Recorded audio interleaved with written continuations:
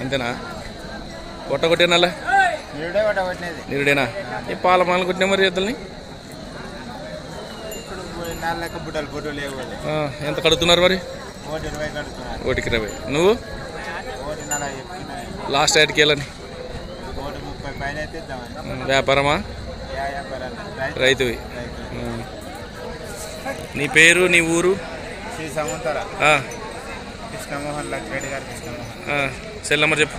9948485759. ఎవరైనా ఫోన్ చేస్తే ఇస్తావు కదా ఎద్దులు? ఎనికి పోతే సరే.